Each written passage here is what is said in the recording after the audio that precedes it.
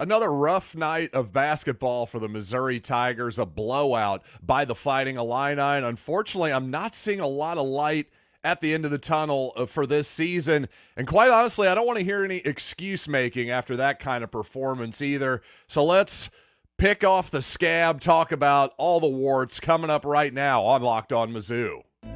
You are Locked On Mizzou, your daily podcast on the Missouri Tigers. Part of the Locked On Podcast Network, your team every day.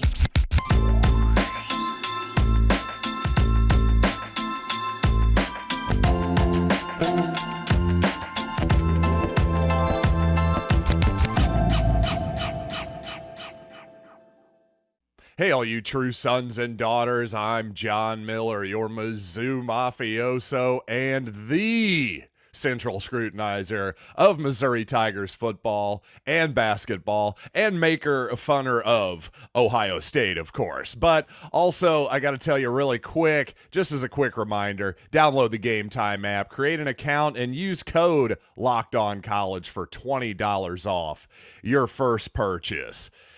Oh, that was not a pretty night of basketball, was it? I have to say I was patting myself on the back a couple games ago for keeping a fairly steady head, at least while I was watching the game in Allen Fieldhouse a week and a half or 2 weeks ago, whenever it was. But last night, not so much. I did not like what I was seeing against the Fighting Illini or against Seton Hall, for that matter. In fact, I saw a lot of what I saw against Seton Hall, especially defensively by Missouri. I honestly had absolutely no idea what we were doing defensively for the second game in a row. Now, I did post a quick video on X yesterday as a quick preview of the game saying, hey, Missouri maybe should junk it up a little bit because the Illini have a high turnover rate, no true point guard. But what I was mostly talking about is in the backcourt. Let's make the Illini at least take some time getting the ball up court, make them get into their offense. But,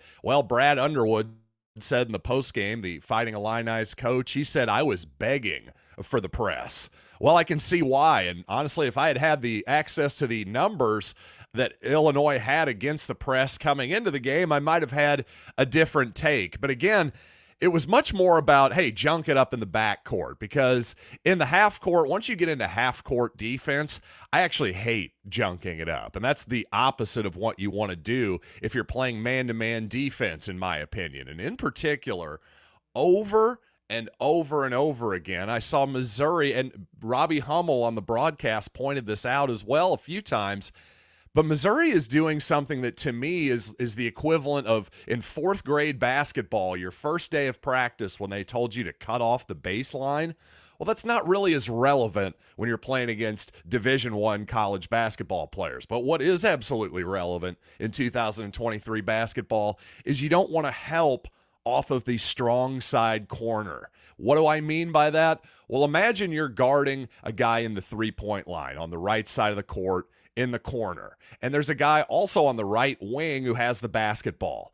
Well, that guy's man, your teammate, gets beaten off the dribble. So what should you do as the guy who's standing pretty much right next to that guy in the corner? What should you do? You need to stay at home, because that is one of the easiest and most efficient shots in basketball, is a wide open corner three off of dribble penetration, again, from the side that you're on. Again, the weak side, you want to help from the weak side, fine. Then now you've got to throw the Drew Smith special pass, if you will. Drew Smith was really good at that skip pass, 25 feet across the court to the other corner. Not too many people are good at that. I'd like to see an Illinois player one time throw that pass, because over and over again, Missouri was just leaving guys wide open. And it wasn't just half-court defense either, to be fair. We could not find shooters in transition defense ever. Our transition defense was absolutely horrendous yesterday. And we couldn't stop penetration either. We couldn't get a rebound. We lost the free throw battle. Somebody show me what we did well defensively, because I just didn't see much of it. And that's really, really disappointing. Not only because I feel like Missouri if you just look at their personnel, it's not as though they should be a total sieve defensively. They have a decent amount of size, a decent amount of athleticism, but I just think our defensive fundamentals right now are frankly baffling, and it's starting to make me wonder what Dennis Gates' plan is defensively. Don't get me wrong, I'm not questioning the trajectory of the program or anything like that, but I think at this point it sure seems like Dennis Gates is a lot more of an offensive coach than a defensive coach. We saw him, listen, Missouri struggled offensively yesterday too, no doubt about it, but to me that actually is more of a personnel issue. How many of these transfers that we've gotten this year have actually come through? I think maybe after seeing DeAndre Golston, and Demoy Hodge, and Trago Million, and all these guys come through for the most part last year on a magical run. Maybe I was guilty of this as well, of assuming maybe a little too much with this new class of guys, because right now the mix just is not working offensively. But again, I still think Dennis Gates is an excellent offensive coach. You saw after a timeout, hey, a great little drawn-up play there that got Aiden Shaw an easy lob pass and a dunk. But you know what? We got to have more offense from Aiden Shaw, though. Again, that's one of the biggest problems on this team right now. This whole offseason, I was going, you know what? I think Aiden Shaw is going to take a step this season. Unfortunately, Aiden Shaw has regressed this season. I really hate to say that, but I think it's true because, unfortunately, while I still love so many things about Aiden Shaw's game, I love how hard he plays. I love how insanely athletic he is, of course. But if he's not going to look at the rim, he can't go stand in the corner. He cannot stand at the three-point line anymore. I can't watch him catch the ball in the three-point line again and see him not look at the basket. That's no longer an option. If he wants to play in the dunker spot, fine. If he wants to post up, well, I haven't seen any evidence that he can post up, but at least that's an idea. I can see him setting high screens and then rolling to the basket and catching lobs, but I just don't want to see him standing at the three-point line anymore if he's not going to shoot it.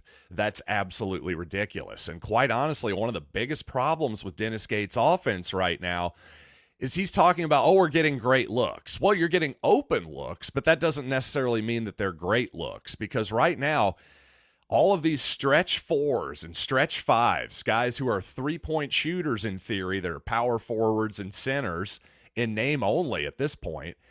Well, honestly, Connor Vanover right now, yeah, he's putting up three-pointers, but is he making any of them?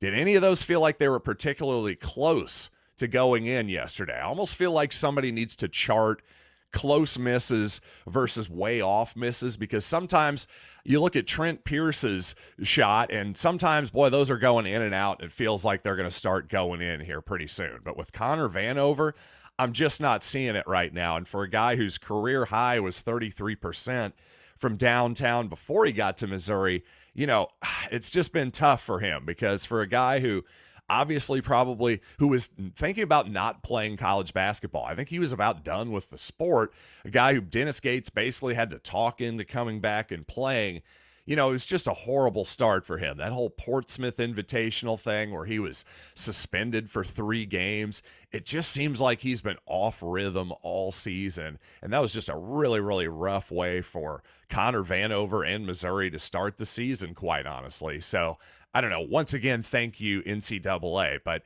you know what? I'm not going to make any big excuses here, because this team is just not as good as it should be. And by the way, people around the Missouri program, including the coaching staff themselves, were not shy about telling you they thought they were going to be pretty darn good, if not as good as they were last year, maybe even a little bit better. So I don't know. This is a pretty shocking result so far.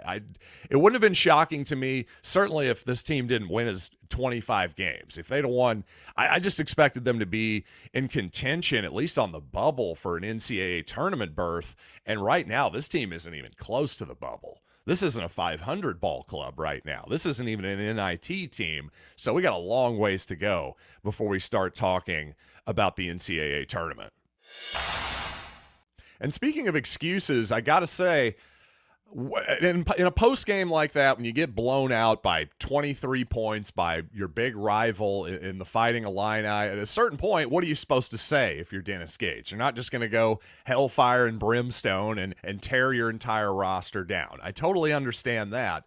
But at the same time, I really don't want to hear excuses from Coach Gates after a game like that. So I wasn't totally thrilled with the post-game messaging. We'll talk about that here in a minute.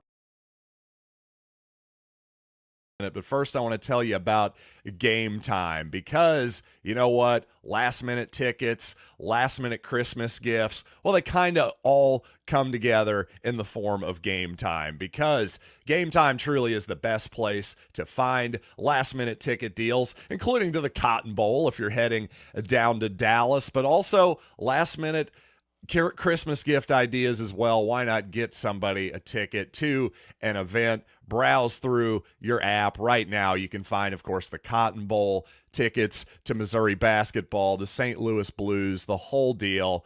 It's all there for you at Game Time. So take the guesswork out of buying tickets with Game Time. Download the Game Time app, create an account, and use code LOCKEDONCollege for $20 off your first purchase.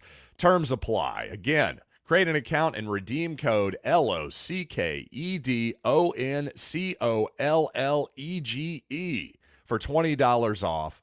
Download Game Time today. Last minute tickets, lowest price, guaranteed.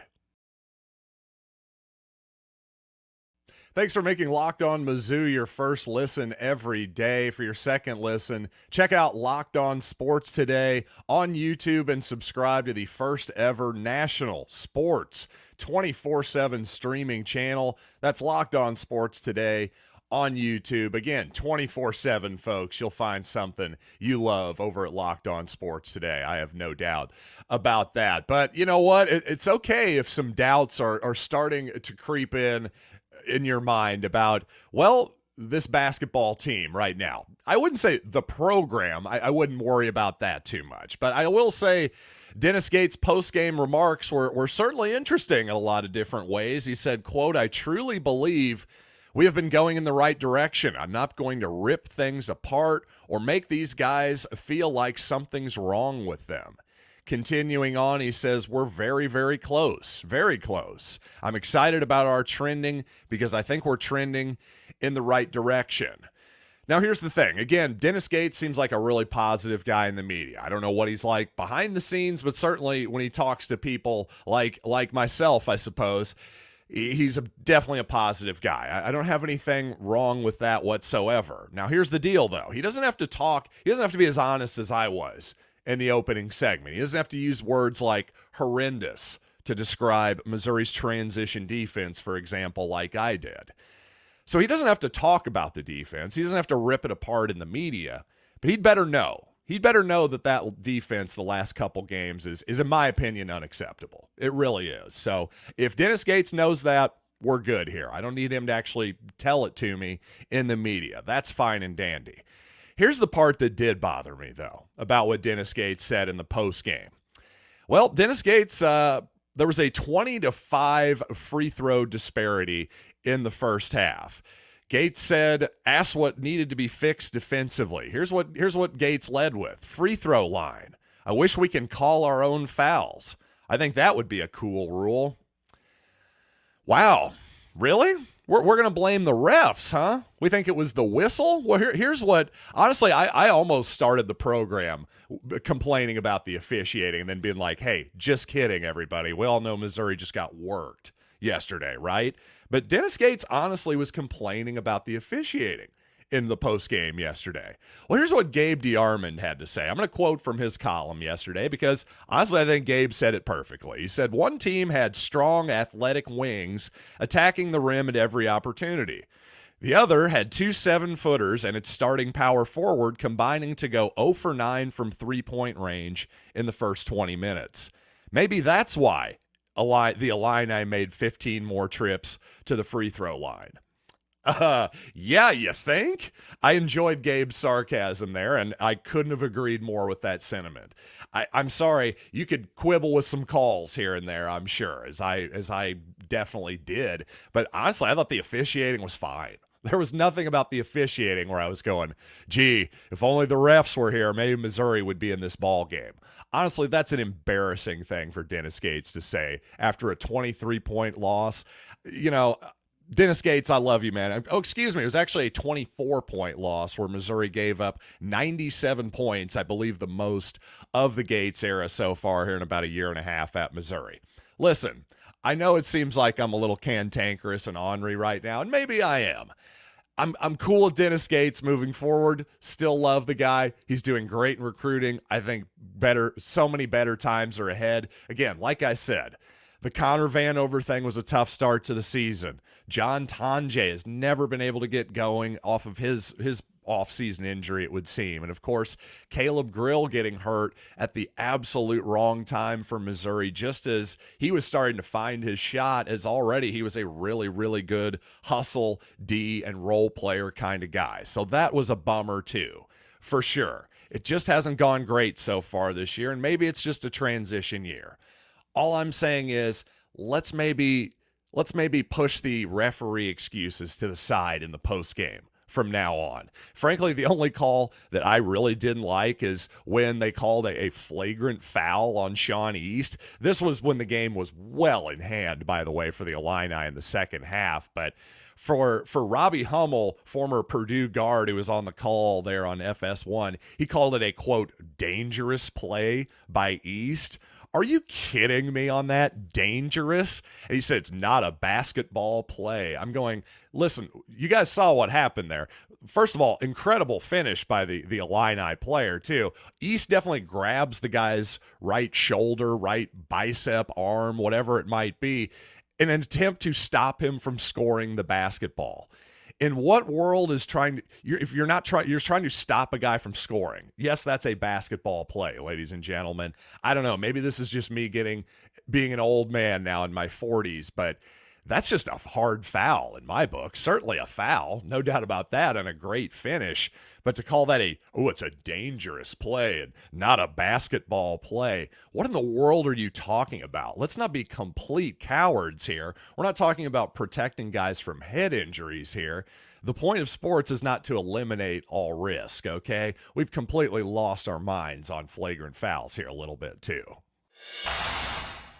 Now, on the positive side of things, once again, Sean East, in my opinion, continues to just play incredible first-team SEC kind of basketball so far. I mean, really, another 18 points, 8 of 17 from the floor.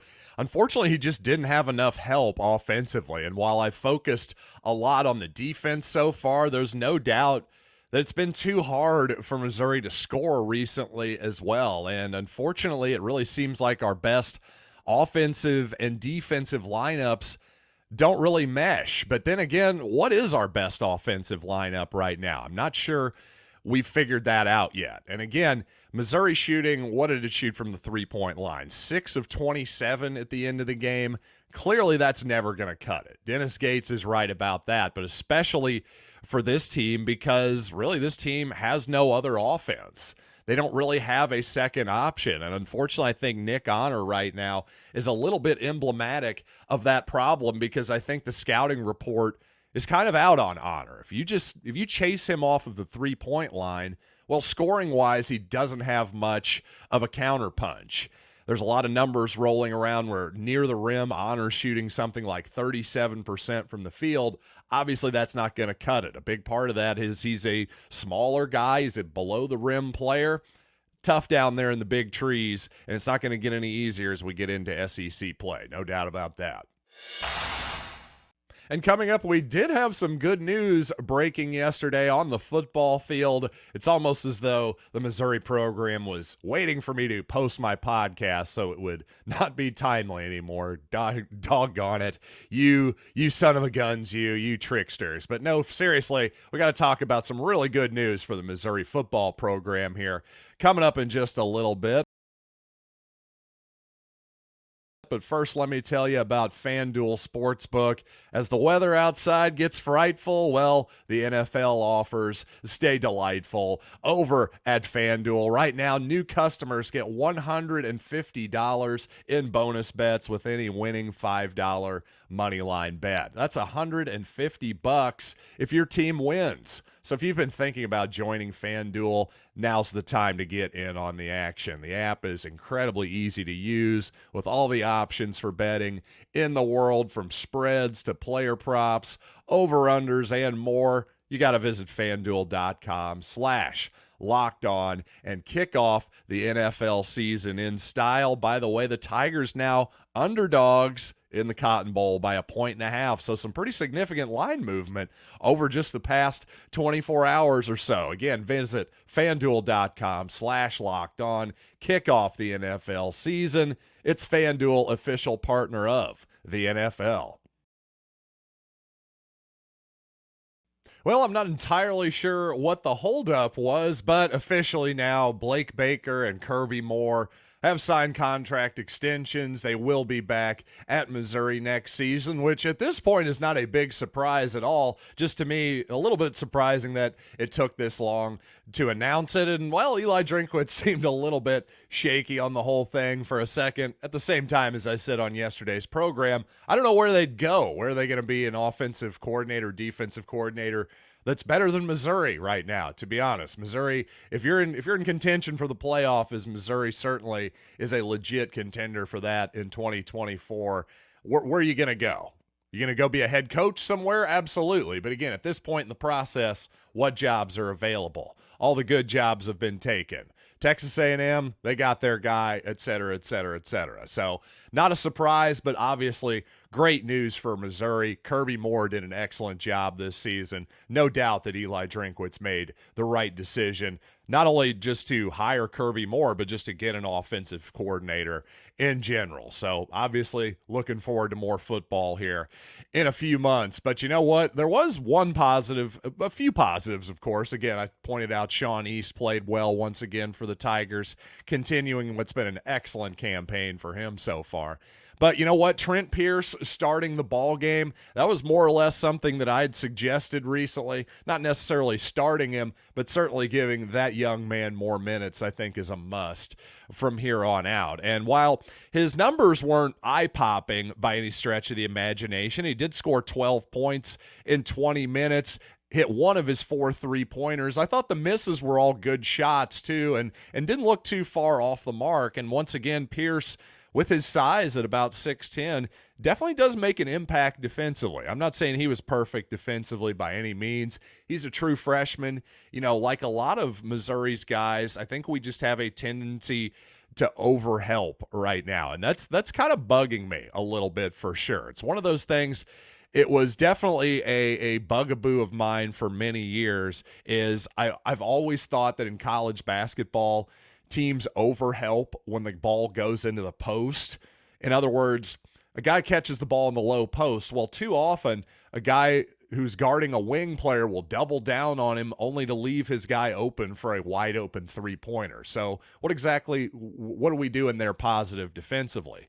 Well, now what Missouri does, because the ball doesn't go into the post very often these days in college basketball, so you don't have that, but what you do have is just, again, overhelping, not only from that strong side corner, but just, to me, just time and time again, Missouri is just too aggressive with the help. We just need to stay at home a little bit more on shooters. Make guys actually make plays off the dribble, finish at the rim. If your guy gets beat off the dribble by a half a step or something, you don't have to feel the need to immediately abandon your man. Again, unless you're in a good position to help, let's not overthink it, overdo it. And again, if there's a fifth guy on the court for the opposition who you're not worried about scoring, that's another thing. But too often to me, especially against a team like Illinois, Missouri helping way, way, way too much. That Illinois team, again, give the Illini a ton of credit too, because they looked like a really, really tough team to beat yesterday.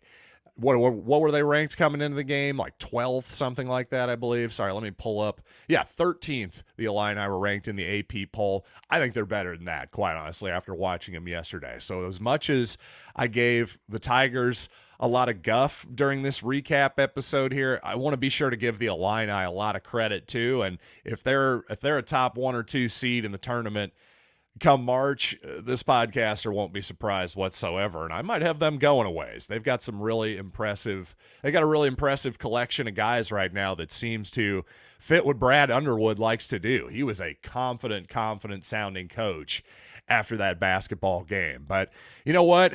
Thank you all so much for placing your confidence in me today to talk you through that kind of brutal bragging rights game. Let's be honest. That was not how I wanted to start off my holiday season, but what the heck? We got a nice, possibly 60-degree day here in mid-Missouri. I'm going to go out and enjoy my holiday, and I hope you do too. Merry Christmas, Happy New Year, all that good stuff. Happy holidays, no matter what you celebrate. I'm John Miller, and by the way, I'll see you all on Tuesday. Already pre-recorded a special crossover edition of the show. Really fun conversation with Jay Stevens of Locked On Buckeyes. We had a great time and a really good conversation, so you'll be seeing that one on Tuesday, YouTube, Spotify, wherever you get your podcasts. Thanks as always for listening. And really, it means the world to me that you guys listen to the show. It really does. So if you enjoy it, tell a friend. I really appreciate it. That'll be your gift to me on this holiday season. Appreciate you all so much. And I'll see you next time right here on Locked On Mizzou.